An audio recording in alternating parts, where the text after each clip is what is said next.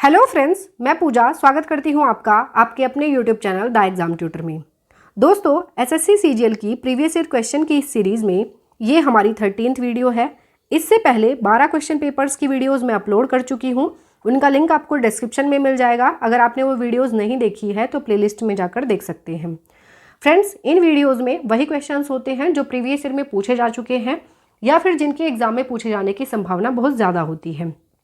अगर आप इन वीडियोस को या प्रीवियस क्वेश्चंस को अच्छे से कर लेते हो तो आपको इसका बेनिफिट एग्जाम में ज़रूर मिलेगा। तो आप प्रीवियस ईयर जितने भी आपको मिलते हैं आप उनको अच्छे से कर लीजिएगा, आपको इसका बेनिफिट एग्जाम में ज़रूर मिलेगा। सो फ्रेंड्स, 75 हार्ड चैलेंज की इस सीरीज़ के इसी सीक्वेंस को आगे बढ़ाते हुए आज की इस वीडियो में हम करने वाले हैं 2023 का 19 जुलाई का शिफ्ट 1 का पेपर। तो चलिए बिना देरी करते हुए बढ़ते हैं अपने क्वेश्चन पेपर की ओर, जिसमें हमारा फर्स्ट क्वेश्चन है The National Multidimensional Poverty Index 2021 was released by which of the following? राष्ट्रीय बहुआयामी गरीबी सूचकांक 2021 निम्नलिखित में से किसके द्वारा जारी किया गया था? तो जो बहुआयामी गरीबी सूचकांक 2021 का है, ये जारी किया गया था नीति आयोग के द्वारा। नीति आयोग की स्थापना कब हुई थी? तो ये हुई थी 1 जनवरी 2015 में। देखिए, पहले से नीति आयोग नहीं था। जब से भारत देश स्वतंत्र हुआ है तब से नीति आयोग नहीं था। पहले प्लानिंग कमीशन की स्थापना की गई थी। प्लानिंग कमीशन की स्थापना कब की गई थी? तो 15 मार्च 1950 को प्लानिंग कमीशन या योजना आयोग की स्थापना की गई थी। इसी का नाम बदल करके जो है बाद में कर दिया गया नीति आयोग। और कब किया गया? तो 1 जनवरी 2015 को नीति आयोग की स्थापना की गई। तो इस क्वेश्चन का हमारा आंसर हो जाएगा ऑप्शन सी। नेक्स्ट क्वेश्चन की तरफ बढ़ते हैं। नेक्स्ट क्वेश्चन है हमारा, in which year did E गोटर and F फ्रेंडेल make a break through bye examining the surface area of lipids the concluded that the lipid surface surrounding sales must be of 2 layers? किस वर्ष ई गोटर और F ग्रेंडेल ने lipid के सतह क्षेत्र की जांच करके एक सफलता हासिल की और निष्कर्ष निकाला कि कोशिकाओं के आसपास की लिपिड सतह 2 परतों की होनी चाहिए? देखिए, वर्ष 1925 में ई गोटल और एफ ग्रेंडेल ने ये निष्कर्ष निकाला था कि जो सेल मेम्ब्रेन होती है, सेल मेम्ब्रेन जो होती है, यानी कि ये हमारी सेल हो गई और सेल के चारों तरफ जो मेम्ब्रेन होती है उसको सेल मेम्ब्रेन कहा जाता है। ये मेम्ब्रेन लिपिड की बनी होनी चाहिए और ये 2 लेयर से बनी होनी चाहिए, यानी कि बाइलेयर्ड या डबल मेम्ब्रेन होनी चाहिए। तो इन्होंने ये दिया था कब? 1925 में दिया था। और इन्होंने ये जो मेथड डेवलप किया, इसी मेथड पे आगे के जो मेथड्स हैं वो डेवलप किए और जो कि सबसे ज़्यादा एक्सेप्टेड मेथड्स थे। तो ये याद रखिएगा, ये इन्होंने कब दिया था? तो ये दिया था 1925 में। नेक्स्ट क्वेश्चन देख लेते हैं। नेक्स्ट क्वेश्चन है हमारा, who among the following advocated the ideology of ओरू जाति ओरू मातम ओरू देवम मनुष्यानु one caste one religion one god for humankind? निम्नलिखित में से किसने ओरू जाति ओरू मातम ओरू देवम मनुष्यानु मानव जाति के लिए एक जाति एक धर्म एक भावना की विचारधारा प्रतिपादित की? तो मानव जाति के लिए एक जाति एक धर्म और एक भगवान की जो विचारधारा है ये नारायण गुरु के द्वारा प्रतिपादित की गई थी। ये एक सोशल रिफॉर्मर थे जिन्होंने इस मानव जाति के लिए एक जाति एक धर्म एक भगवान की विचारधारा प्रतिपादित की थी। बिरसा मुंडा की बात करते हैं। तो जो बिरसा मुंडा है ये इंडियन ट्राइबल फ्रीडम फाइटर थे।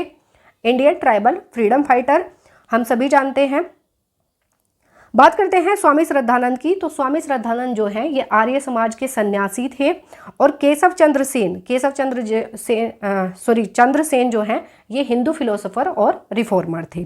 तो इतना याद रखिएगा। इस क्वेश्चन का आंसर हो जाएगा हमारा ऑप्शन बी। नेक्स्ट क्वेश्चन की तरफ बढ़ते हैं। नेक्स्ट क्वेश्चन है हमारा, in November 2022 the union cabinet chaired by the prime minister Narendra Modi approved the naming of greenfield airport at Hollongi Itanagar as?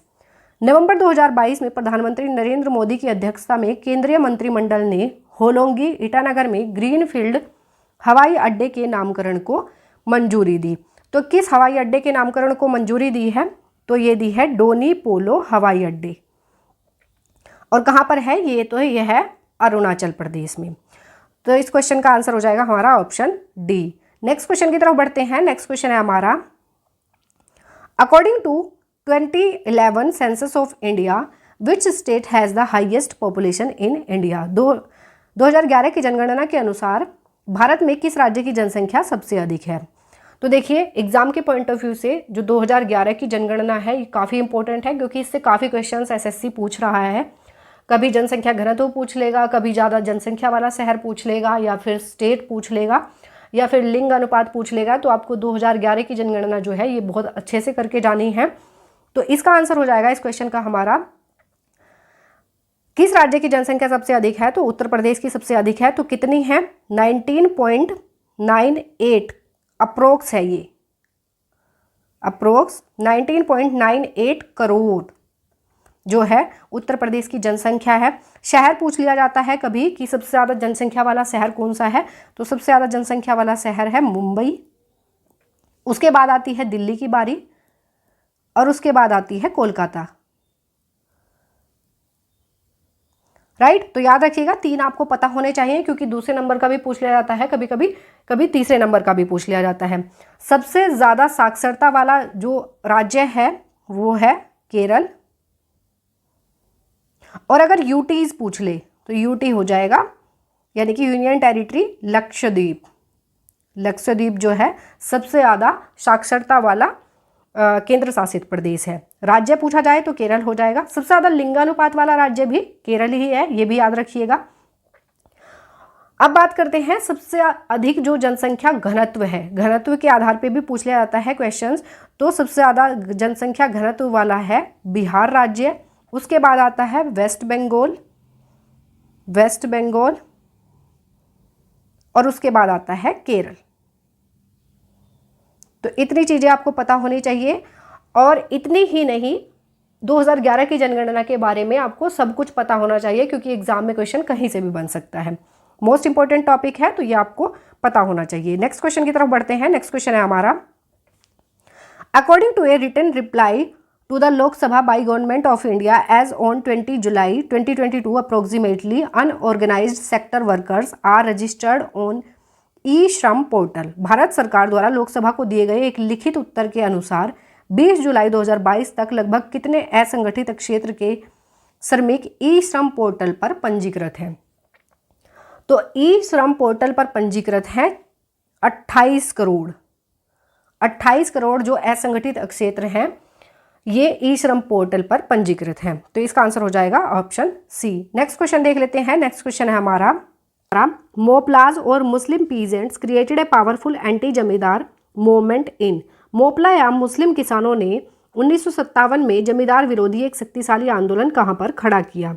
तो मोपला या मुस्लिम किसानों ने जो 1957 में विद्रोह खड़ा किया था या आंदोलन खड़ा किया था, ये किया था केरल में। तो इसका आंसर हो जाएगा ऑप्शन सी केरल।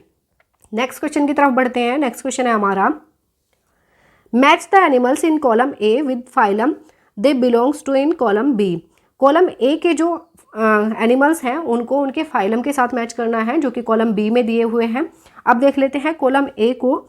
फर्स्ट दिया है जेलीफिश। जेलीफिश जो है ये सिलेंट्रेट्स फाइलम से, सिलेंट्रेटा फाइलम से बिलोंग करती है, तो जेलीफिश हो जाएगी सिलेंट्रेट में। क्रेफिश जो है ये इंसेक्टा में आती है, तो ये आ जाएगी ऑप्शन सी। वेल जो है, वेल ये मैमल्स में आती है, तो इसका हो जाएगा बी। और डेविल फिश जो है ये मोलस्का फाइलम से बिलोंग करती है, तो इसका जो हमारा आंसर बनेगा वो बनेगा DCBA। DCBA option D. Option D will be the right answer.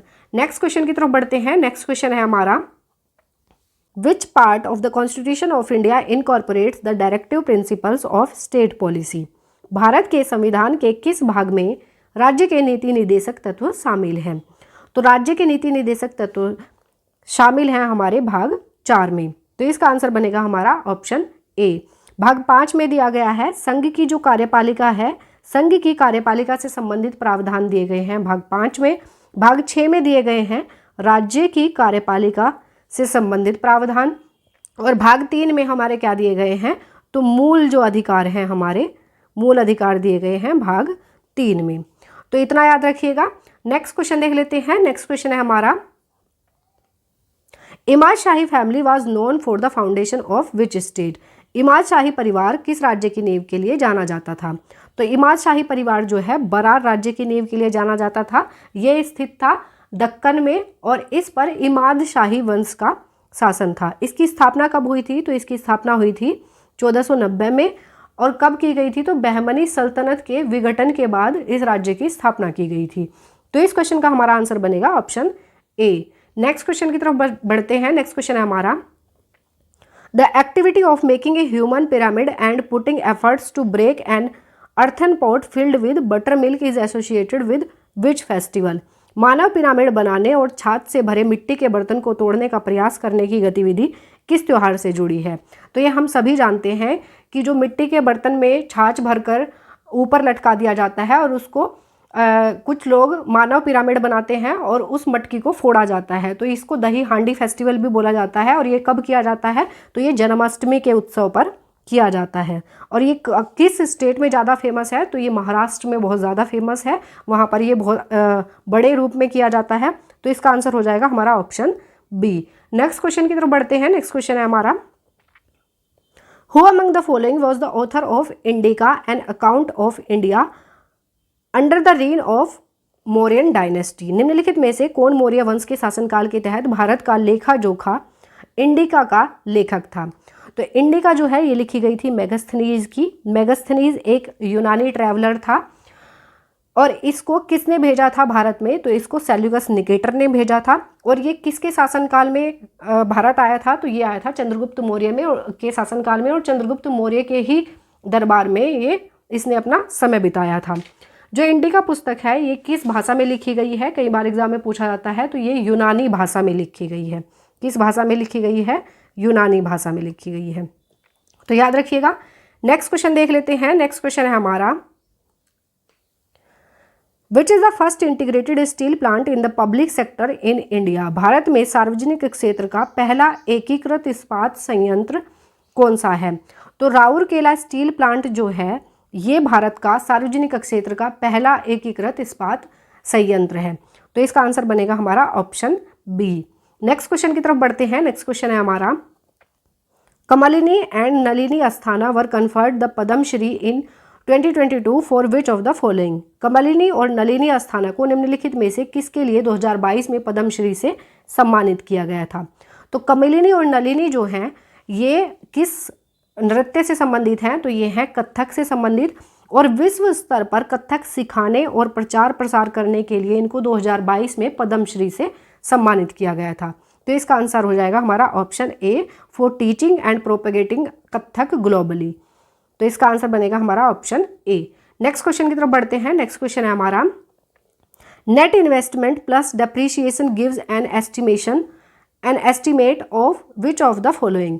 शुद्ध निवेश प्लस मूल्यह्रास निम्नलिखित में से किसका अनुमान देता है? तो शुद्ध निवेश में अगर हम मूल्यह्रास को जोड़ते हैं तो ये देता है ग्रोस इन्वेस्टमेंट या सकल निवेश।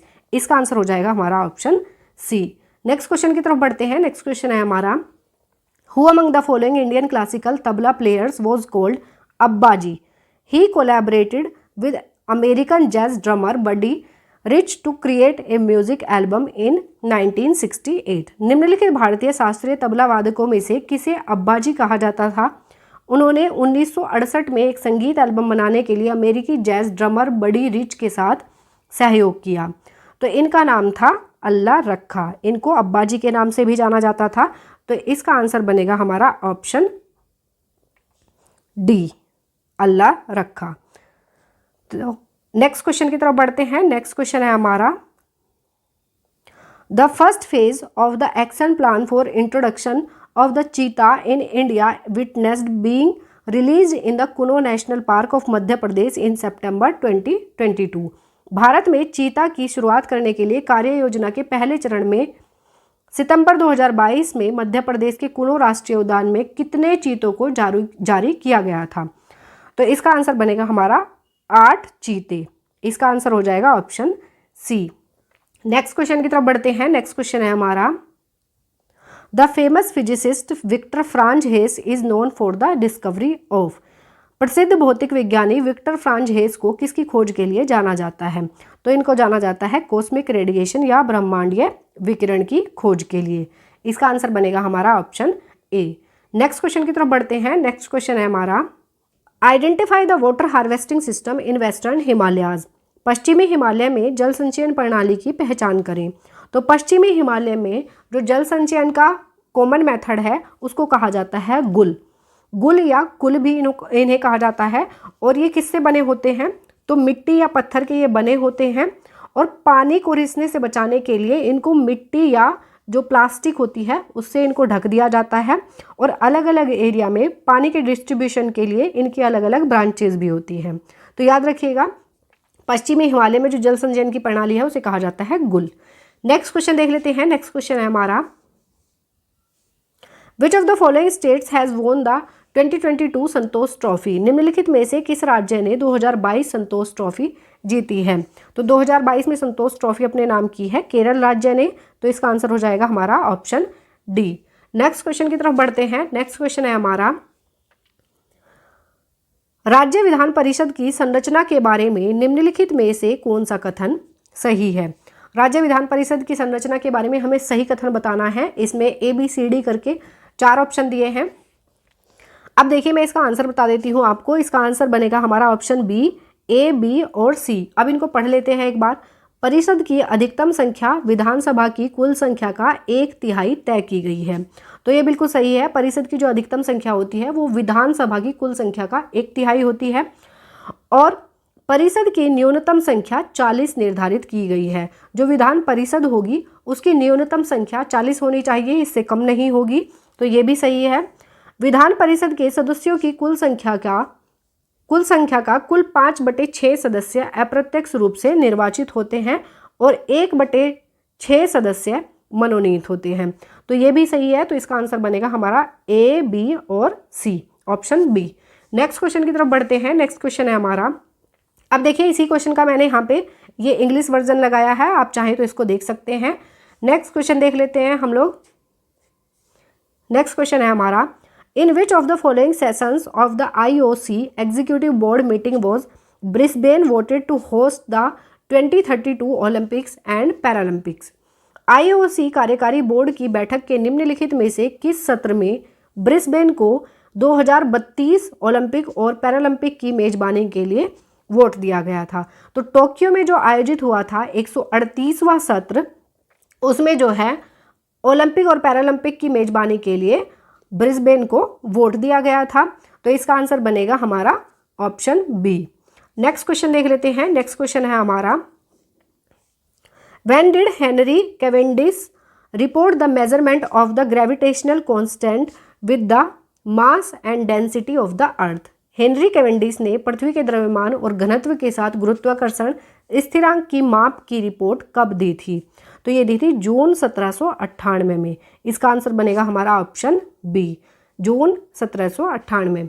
नेक्स्ट क्वेश्चन की तरफ बढ़ते हैं। नेक्स्ट क्वेश्चन है हमारा, निम्नलिखित में से कौन सी हरित क्रांति की विशेषता रही है? Which of the following have been characteristics of green revolution? तो देखिए हरित क्रांति की विशेषता देखनी है हमें, इनमें से कौन सी है? ABC करके दिया है, तो इनको एक बार पढ़ लेते हैं। स्पर्ट इन क्रॉप प्रोडक्टिविटी, फसल उत्पादकता में तेजी। फसल उत्पादकता में तेजी करना हरित क्रांति की विशेषता है। तो ऑप्शन A हमारा सही हो जाएगा।